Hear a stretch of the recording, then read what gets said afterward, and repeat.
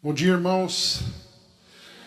Graça e paz da parte de Deus, nosso Pai, e de Jesus Cristo, nosso Senhor. É muito bom nós estarmos aqui celebrando mais uma vez a morte e a ressurreição de Jesus Cristo.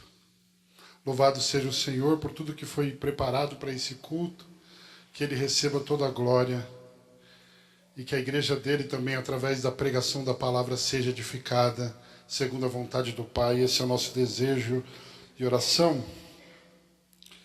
Nos 2 últimos meses, nós temos preparado os nossos corações para esse dia de Páscoa e de celebração da morte e da ressurreição de Jesus, através da série que nós chamamos de Caminho da Cruz. Nós começamos a expor, a partir de Lucas 22, a situação em que Jesus esteve no Getsêmani, orando ao Pai, e acompanhamos até agora cada passo de Jesus, até o momento em que ele foi crucificado, segundo a narrativa do Evangelho de Lucas. E agora, irmãos, restam 3 sermões para nós finalizarmos o nosso compromisso com a série Caminho da Cruz. O sermão de hoje, cujo título é Aquele que Vive, nele nós falaremos a respeito do sepultamento e da ressurreição de Jesus.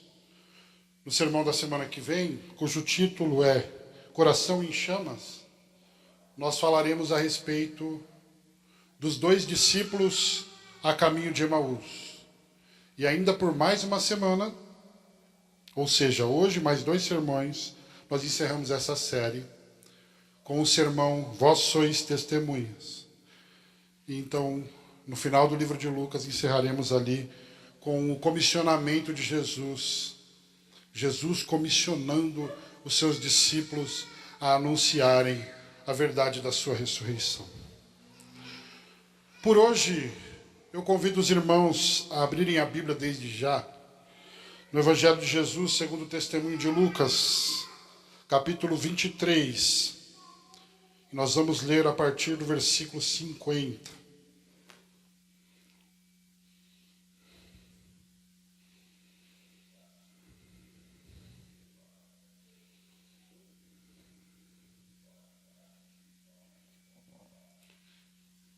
Lucas capítulo 23, versículo 50.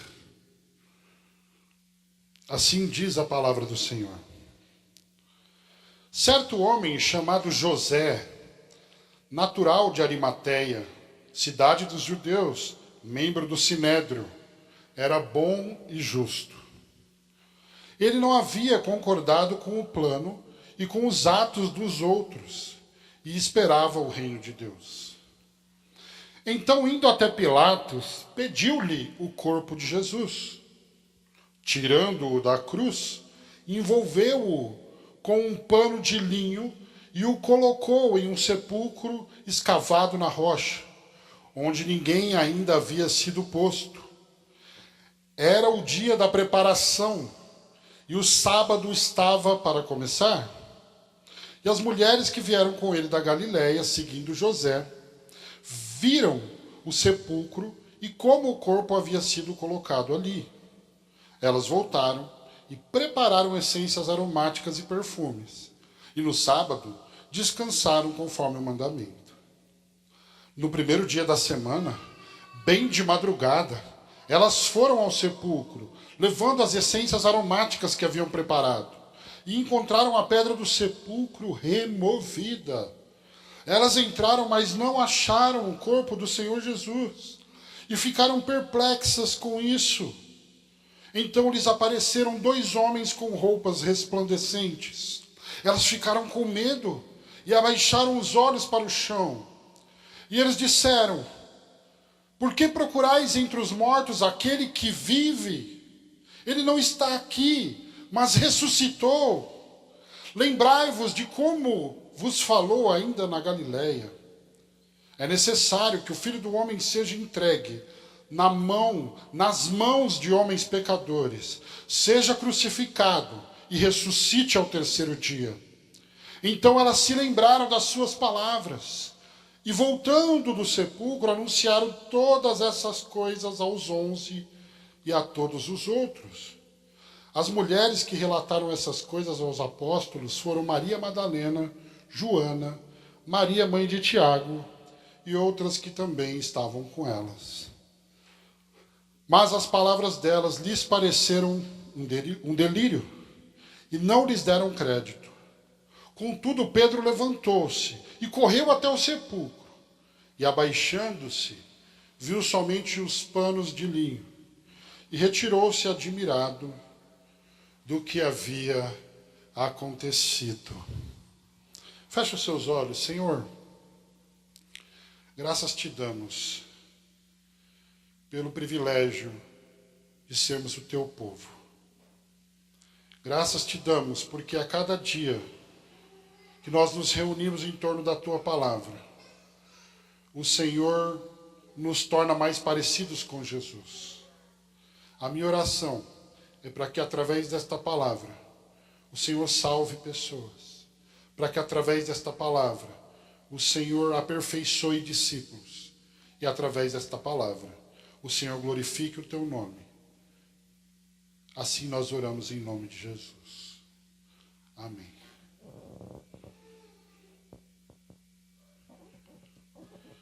Jesus foi crucificado na sexta-feira. E, para sermos mais exatos, no momento em que Jesus disse: Pai, em tuas mãos entrego o meu espírito, era 3 horas da tarde. Para os romanos, que eram os executores da crucificação, não fazia diferença alguma se aqueles corpos permanecessem na cruz, se fossem lançados numa vala, ou se eles fossem abandonados no chão para serem comidos por predadores. Os romanos não se importavam com isso. Porém, diferente dos romanos, os judeus observavam uma lei que dizia que se um homem fosse pendurado no madeiro, ele não poderia ficar a noite toda ali, mas ele deveria ser sepultado no mesmo dia. E aqui é importante, então, nós considerarmos que o dia do judeu, ele não terminava como o nosso. Que hora que termina o nosso dia? Meia-noite? Ou, se você preferir, 23h59. A jornada do judeu terminava com o pôr do sol. Ou seja, segundo a lei judaica, o corpo de Jesus, ele deveria ser retirado da cruz e sepultado antes das 6 horas. E era esse horário que terminava o dia e começava outro. E talvez você já esteja entendendo por que Gênesis, ao invés de falar do dia que passou, dizendo foi-se amanhã e à tarde, ele fala foi-se à tarde e amanhã. Porque o dia do judeu, ele começa às 18 horas. Para nossa surpresa, irmãos, um homem chamado José, que era da cidade de Arimateia, ele pediu permissão para Pôncio Pilatos para retirar o corpo de Jesus da cruz e sepultá-lo adequadamente, de forma digna. José de Arimateia, ele é descrito por Lucas aqui nesse texto como um homem bom e justo.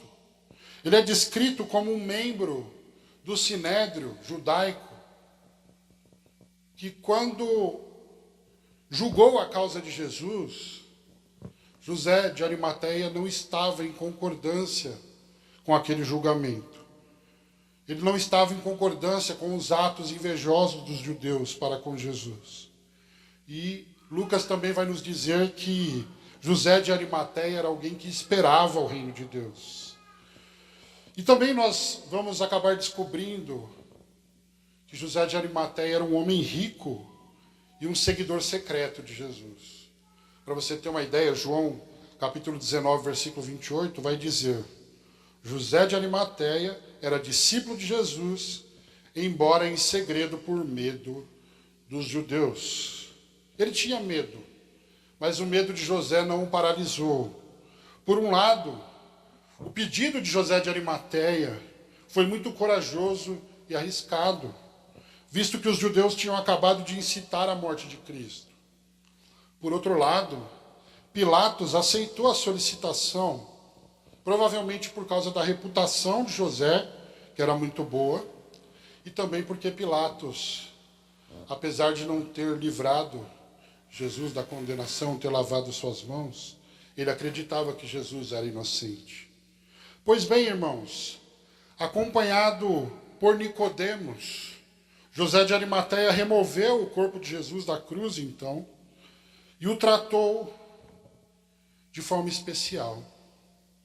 José de Arimateia tratou o corpo de Jesus como se Jesus fosse um membro da realeza. Perceba, nos exemplos que eu trarei aqui, o cuidado meticuloso de José. Ele envolveu o corpo de Jesus em um pano de linho. Ele colocou Jesus em um túmulo escavado na rocha. E esses túmulos, irmãos, eram muito caros. Era algo que somente a realeza ou as famílias muito ricas eram capazes de pagar. E além disso, geralmente essas cavernas eram feitas para sepultar várias pessoas. Mas José, ele fez questão de separar um túmulo que nunca tinha sido usado e que não havia mais ninguém nele. Ele está tratando Jesus de forma distinta e como um rei.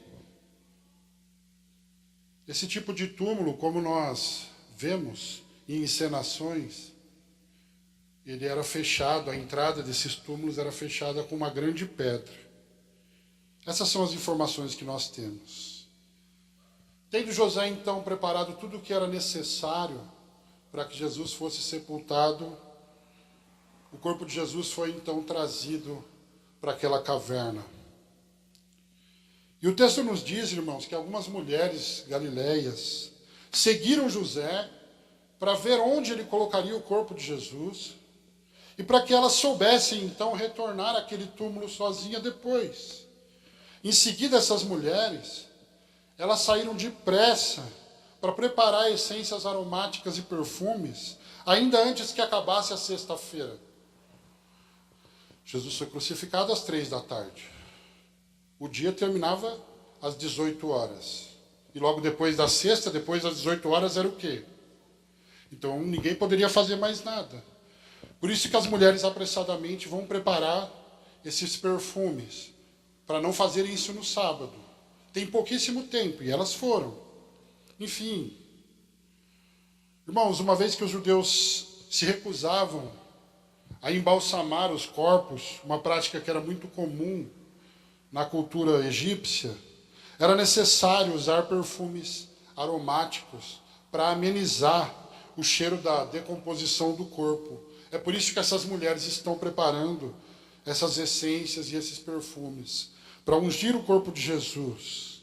Segundo a narrativa de Lucas, essas mulheres são Maria Madalena, Joana, Maria, mãe de Tiago, e Lucas ele vai destacar o fato de que ainda haviam outras mulheres com essas, e que ele não descreveu aqui quem são.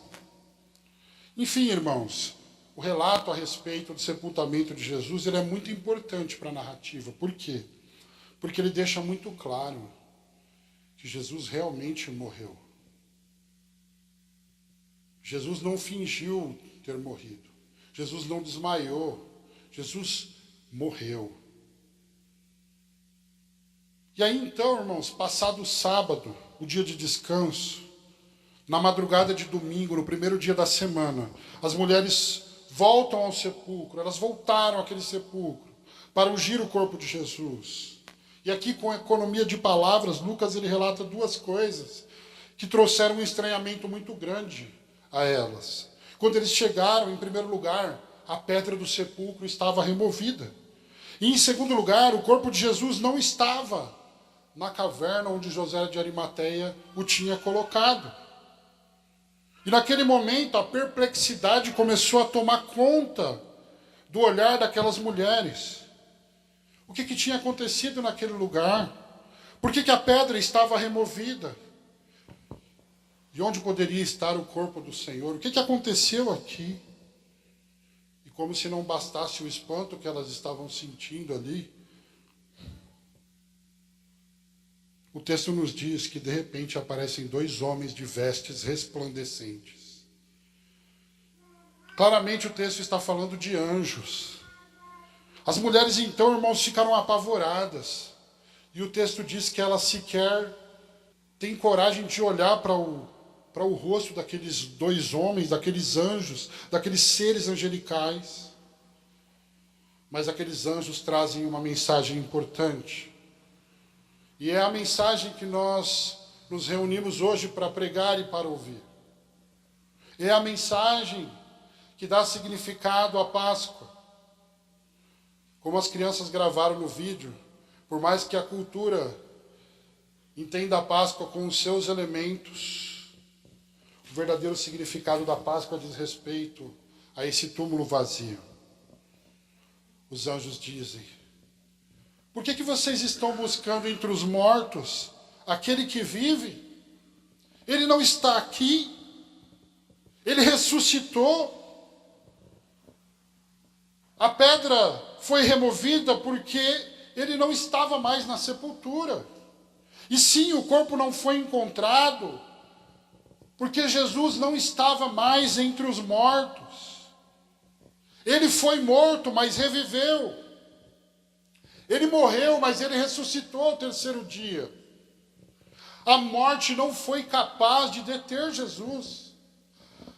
Na verdade, tem um texto melhor que diz assim, que a morte foi engolida pela vitória. Cristo triunfou sobre ela. A morte de Cristo matou a morte. Ele está vivo. Essa é a notícia que os anjos trazem. Ainda assim, irmãos, mesmo com essa notícia maravilhosa e consoladora, os anjos não deixaram de repreender aquelas mulheres e os discípulos também, por extensão. Os versículos 6, a parte B e o 7. Olha o que os anjos dizem. Lembrai-vos de como vos falou ainda na Galiléia.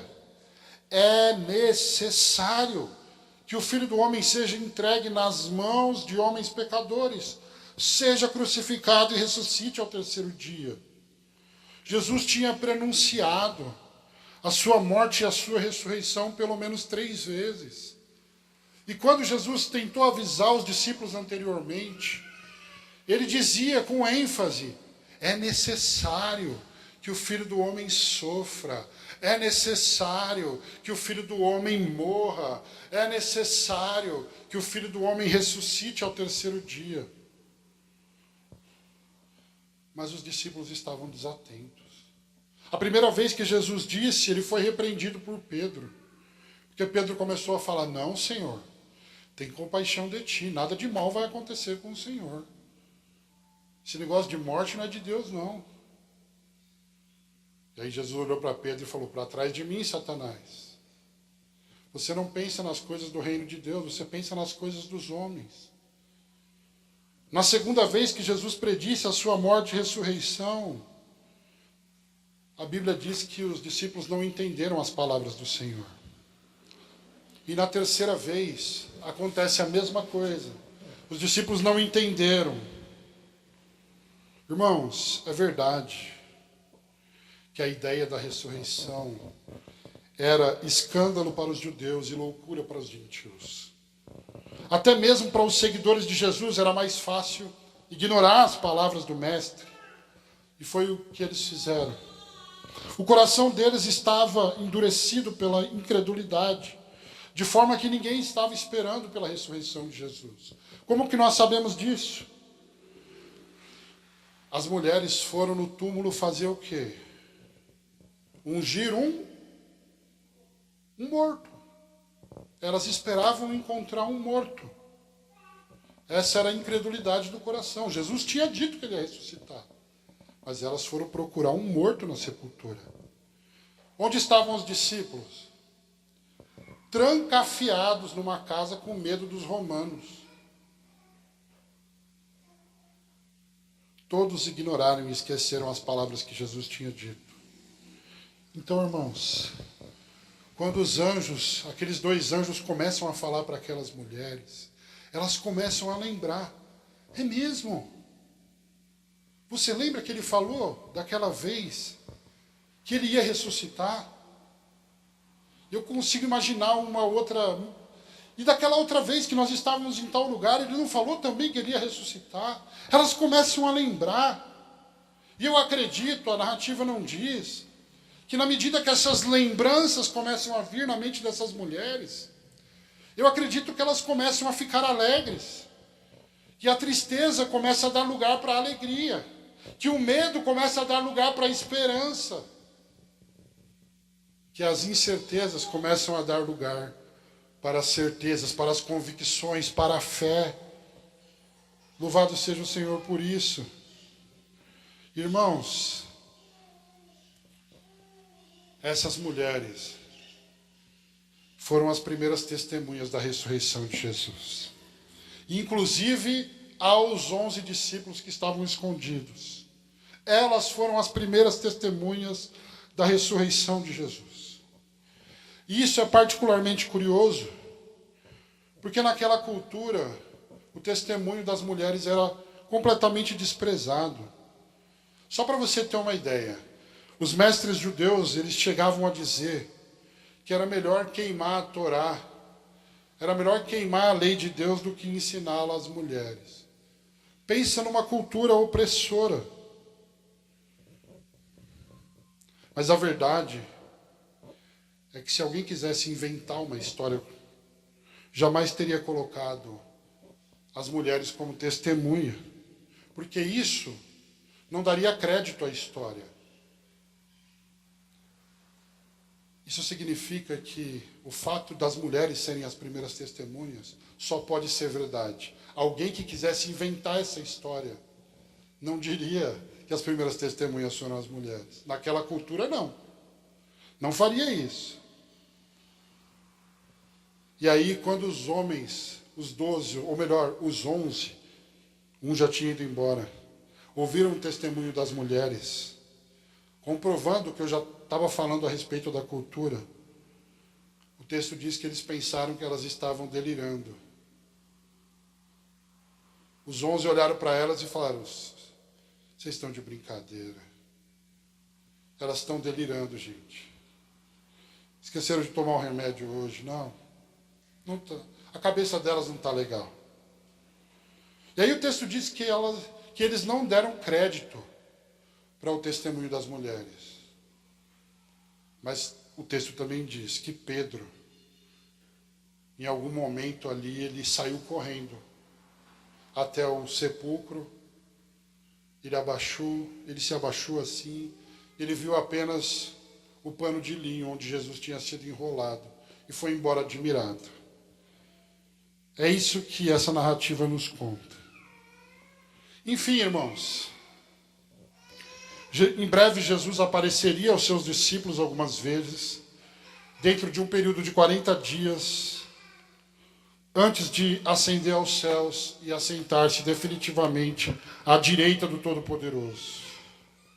Mas de qualquer forma, as manifestações de Cristo, do Cristo ressurreto, transformariam a tristeza dos discípulos em alegria e transformariam o medo dos discípulos em esperança. Isso é o que o texto nos diz até aqui. E a pergunta agora é: o que isso tem a ver com a minha vida? O que nós podemos aprender com a ressurreição de Cristo nesse texto? Eu quero trazer apenas duas aplicações. Duas coisas que nós aprendemos com esse texto. Em primeiro lugar,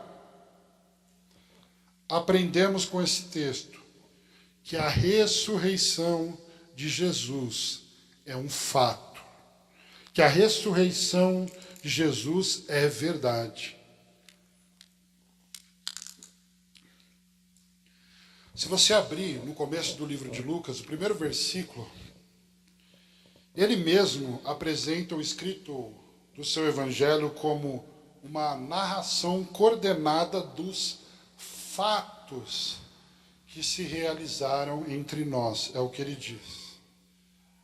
O autor dessa narrativa, ele diz logo no começo de tudo que ele estava narrando fatos.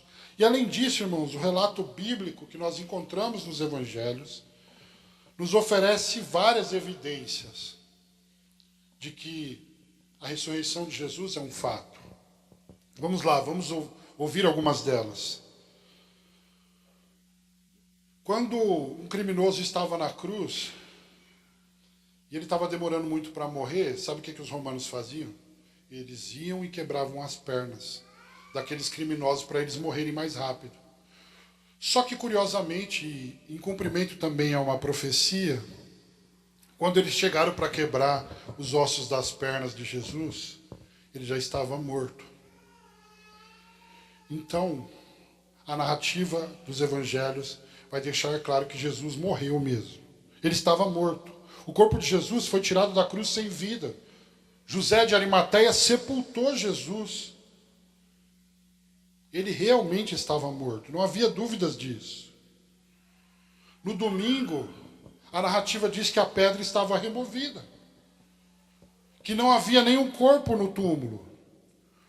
Os anjos anunciaram a ressurreição de Jesus. As primeiras testemunhas da ressurreição, como eu disse, foram mulheres. E isso dá veracidade para a história. O Cristo ressurreto, ele foi visto muitas vezes por muitas testemunhas. E uma das vezes que Jesus apareceu, ele apareceu para mais de 500 pessoas.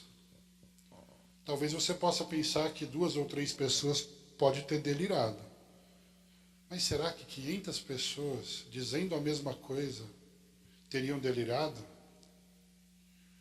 E considerando que isso estava sendo escrito, e quando está sendo dito isso na Bíblia, as próprias pessoas que estavam ouvindo poderiam procurar aquelas que diziam ser testemunhas oculares do Cristo ressurreto. Seria possível 500 pessoas delirarem ao mesmo tempo? As testemunhas oculares morreram pelo testemunho que proclamaram. Pensa comigo, se a ressurreição de Jesus fosse mentira, será que as testemunhas teriam entregado a vida delas para morrer por uma mentira? Será? Meus irmãos, todos esses acontecimentos juntos nos mostram que a nossa fé não é um tiro no escuro. Há bons motivos e boas evidências para crermos na morte e na ressurreição de Jesus Cristo. E o fato de nós termos fé não significa que essa fé não tenha qualquer fundamento sólido. A verdade é que a fé cristã, ela é racional. Por quê? Nós estamos falando de um homem cuja morte e ressurreição são tão verdadeiras que ele se tornou um divisor de águas em toda a história.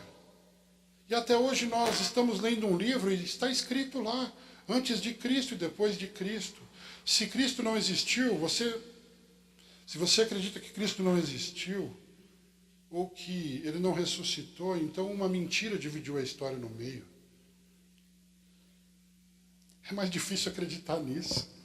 Não faz sentido. Será mesmo que uma lenda seria capaz de dividir a história em antes e depois? Portanto, irmãos, por fé primeiramente, mas uma fé que não é um tiro no escuro, uma fé racional. Nós cremos que Jesus Cristo é verdadeiramente o Filho de Deus. Nós cremos que Jesus, de fato, ressuscitou dentre os mortos. Nós confiamos na inspiração divina do Evangelho que registra esse fato. Nós acreditamos.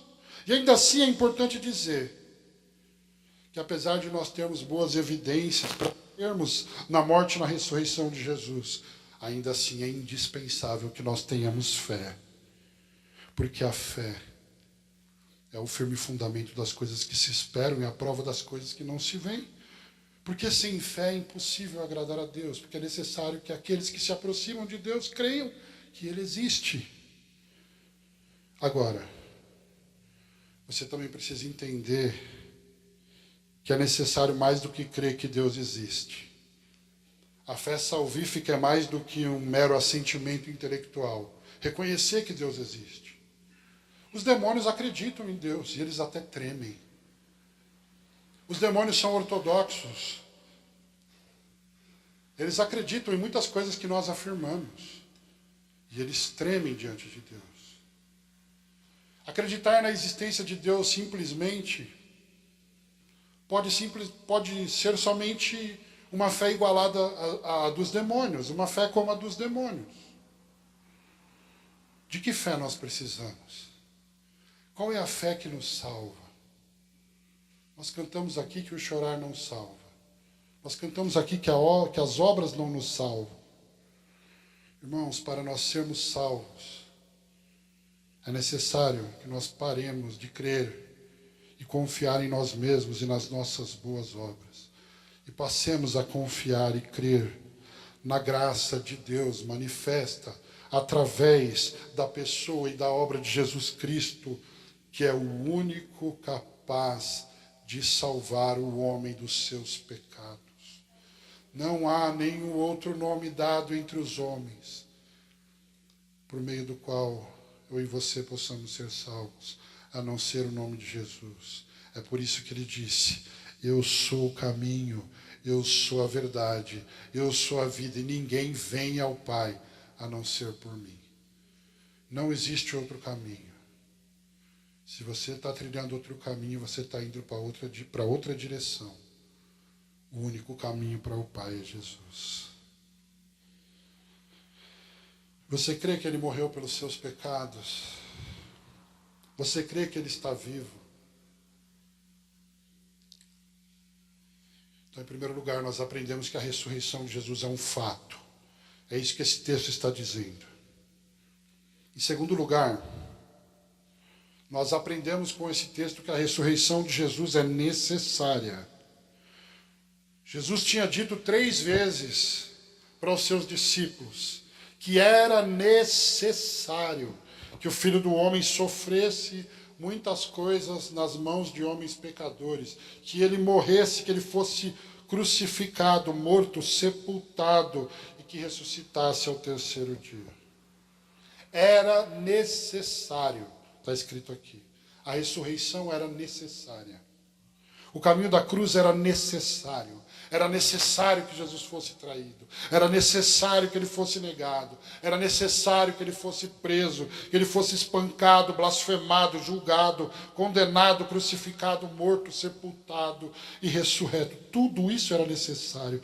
Todos os sofrimentos de Jesus eram necessários para que a vontade do Pai fosse realizada e para que tudo que os profetas disseram fosse cumprido. Se Jesus não tivesse ressuscitado, irmãos, todos nós ainda deveríamos estar morrendo de medo.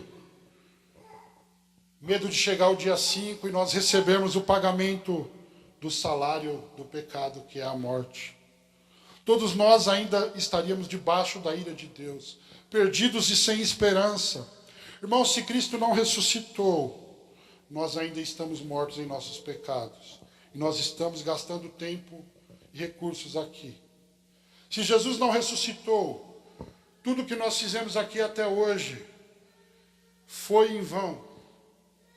Se Jesus não ressuscitou, é vã a nossa fé. Mas a verdade, irmãos, é que a ressurreição de Jesus era necessária para que a morte fosse subjugada e vencida pelo triunfo do Rei dos Reis e do Senhor dos Senhores. A ressurreição de Jesus era necessária para que nós morrêssemos e ressuscitássemos com Ele para uma nova vida. Sabe um erro que a gente comete na Páscoa? É ótimo a gente celebrar. É ótimo esses gritos de ressuscitou, Ele vive. Isso é maravilhoso. Mas esses gritos podem vir da boca de uma pessoa que ainda despreza o sacrifício dele.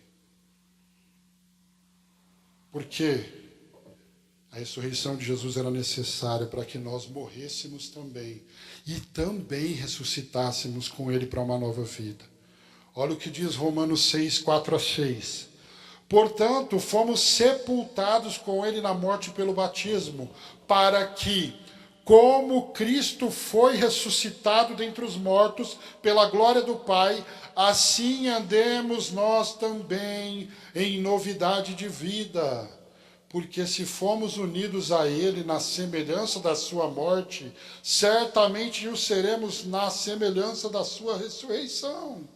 Pois sabemos isto, a nossa velha natureza humana foi crucificada com ele. Só tem motivo para comemorar quem é nova criatura em Cristo Jesus. Quem não crê na obra do Filho tem motivo para temer, tem motivo para pensar seriamente na sua própria vida. É necessário fazer esse exercício hoje, se você ainda não crê na obra de Jesus Cristo.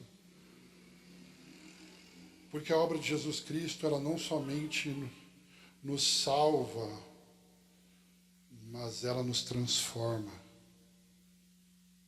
Se você está gritando, Jesus ressuscitou, mas ainda está vivendo controlado por seus pecados, dominado pelos seus desejos, pisando todos os dias no sacrifício de Jesus, vivendo uma vida contrária à vontade dele, os seus gritos de ressurreição são impactantes só para quem está em volta de você, mas não são para o Senhor.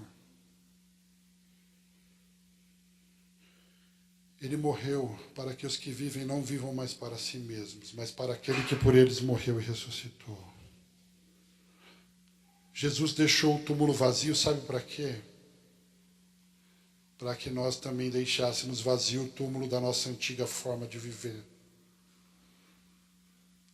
Jesus deixou o túmulo vazio para que eu e você andássemos em novidade de vida. Jesus deixou o túmulo vazio, sabe para quê? Para que as coisas velhas passassem e tudo se fizesse novo em nossas vidas. Mas se a sua vida ainda é aquela velha vida, os mesmos pecados, a mesma impiedade, as mesmas transgressões, a ausência de transformação, caráter diferente do caráter de Cristo, pensamentos conforme o mundo e não conforme a mente de Cristo, você ainda está na sexta-feira, mas o Evangelho está te chamando para o domingo hoje. Se arrependa, creia, confia nele. É só ele que pode nos dar motivos para sorrir. De fato. A ressurreição, irmãos, ela era necessária para que nós fôssemos justificados. Romanos 8, 33 a 34 diz: quem trará alguma acusação contra os escolhidos de Deus? É Deus quem os justifica. Quem os condenará? Cristo Jesus é quem morreu, ou pelo contrário, quem ressuscitou dentre os mortos, o qual está à direita de Deus e também intercede por nós. Versículo 31. E se Deus é por nós, quem será contra nós? Se Deus está do nosso lado, gente, o que a gente tem para temer nessa vida? Se Deus está do nosso lado, por que tanto desânimo? Se ainda está na sexta-feira, se você já entendeu que Ele vive, porque Ele vive, nós podemos crer no amanhã. Porque Ele vive, não há mais motivo para temor. Porque Ele vive, as nossas tribulações nos cercam, mas não nos destroem. Nós confiamos nele. Muitas são as aflições de um justo, mas o Senhor o livra de todas, diz a palavra. E até mesmo quando o nosso inimigo, o inimigo das nossas almas, traz acusações contra os escolhidos de Deus, o texto diz, é Deus que os justifica. Porque Jesus Cristo pagou o preço pelos nossos pecados, do presente, do passado e do futuro, de uma vez por todas. E agora, quando a acusação é levantada contra o escolhido dele, aí vem o nosso advogado, e ele nos defende diante do acusador. Ninguém vai trazer acusação contra os escolhidos de Deus, é Deus quem os justifica. A ressurreição era necessária para que nós fôssemos justificados. Cristo ressuscitou, Ele é agora tanto justificador quanto intercessor do seu povo junto ao Pai. Os que creem na sua obra estão unidos a Ele pela fé. Irmãos, mais uma, a ressurreição de Cristo era necessária para que nós fôssemos santificados. Romanos 8:11 diz assim: se o Espírito daquele que ressuscitou Jesus dentre os mortos habita em vocês, aquele que ressuscitou Cristo Jesus dentre os mortos há de dar vida também aos vossos corpos mortais, pelo seu Espírito que em vós habita. Sabe o que esse texto está dizendo, irmãos? Que o mesmo poder que ressuscitou Jesus dentre os mortos é o poder que agora atua em nós e nos capacita a lutar, a vencer o pecado e a perseverar na fé. É o mesmo poder, é o poder do Espírito Santo. Ele atua em nós. E nós lutamos contra o pecado todos os dias por causa disso. Porque o pecado, ele é sedutor, porque o pecado, ele nos atrai. Mas Deus é muito mais poderoso do que o pecado. Mas o Espírito Santo é muito mais poderoso do que o pecado. E ele há de fazer aqueles que pertencem ao Senhor perseverar até o fim. Nos manterá de pé. Foi baseado nessa certeza que o apóstolo Paulo diz: eu sei em quem tenho crido. Eu estou certo que ele é poderoso para guardar o meu depósito até o dia final. Paulo só tem essa convicção porque ele sabe que quem está guardando o depósito dele não é ele mesmo, mas é Deus. Ele pode confiar em Deus, ao contrário de confiar em si mesmo. Por último, a ressurreição de Jesus era necessária para que nós fôssemos glorificados no dia final. 1 Coríntios 15:20, olha o que diz: Cristo ressuscitou dos mortos, sendo ele o primeiro entre os que faleceram. Porque assim como a morte veio por um homem, também por um homem veio a ressurreição dos mortos. A morte veio por um homem, qual é o nome dele? Adão. Mas a ressurreição também veio por um homem. Qual é o nome dele? Jesus. Aquele que declarou: eu sou a ressurreição e a vida. Aquele que crê em mim, mesmo que morra, viverá. E todo aquele que vive e crê em mim jamais morrerá. Meus irmãos, quando a Bíblia diz que Jesus é a primícia dentre os mortos, que ele é o primogênito dos mortos, isso significa que ele é a garantia de que todos os que confiam na obra dele ressuscitarão no último dia. Jesus é o primeiro. Ele é a garantia de que quando você fechar os seus olhinhos, você também estará no paraíso diante dele. Talvez você estranhe e vai ver o ladrão da cruz. Mas aí você vai lembrar que foi a graça do Senhor que te levou até lá. Que o Senhor te levou até lá nos ombros da misericórdia dele.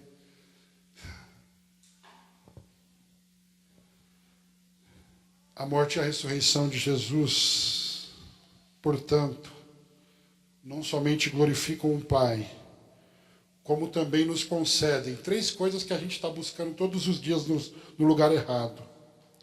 Paz no que diz respeito ao passado.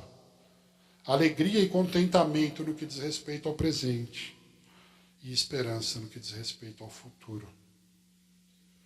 É por isso, irmãos, que nós podemos celebrar hoje o fato de que a cruz está vazia. O fato de que o túmulo está vazio. Mas o trono permanece ocupado. E permanecerá até o dia em que todo joelho se dobrará diante dele. E toda língua confessará que Jesus Cristo é o Senhor, para a glória de Deus Pai.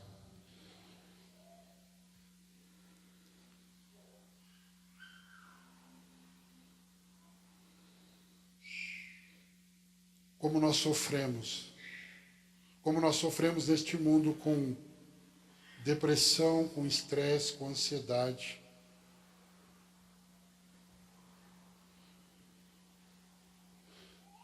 Mas a ressurreição de Jesus nos traz uma mensagem hoje. Que aquele que crê na ressurreição, o Senhor concederá a ele paz no que diz respeito ao passado, a alegria no que diz respeito ao presente, esperança no que diz respeito ao futuro. porque Ele vive, nós podemos descansar tranquilos, sabendo que tudo vai ficar bem. Feche os seus olhos.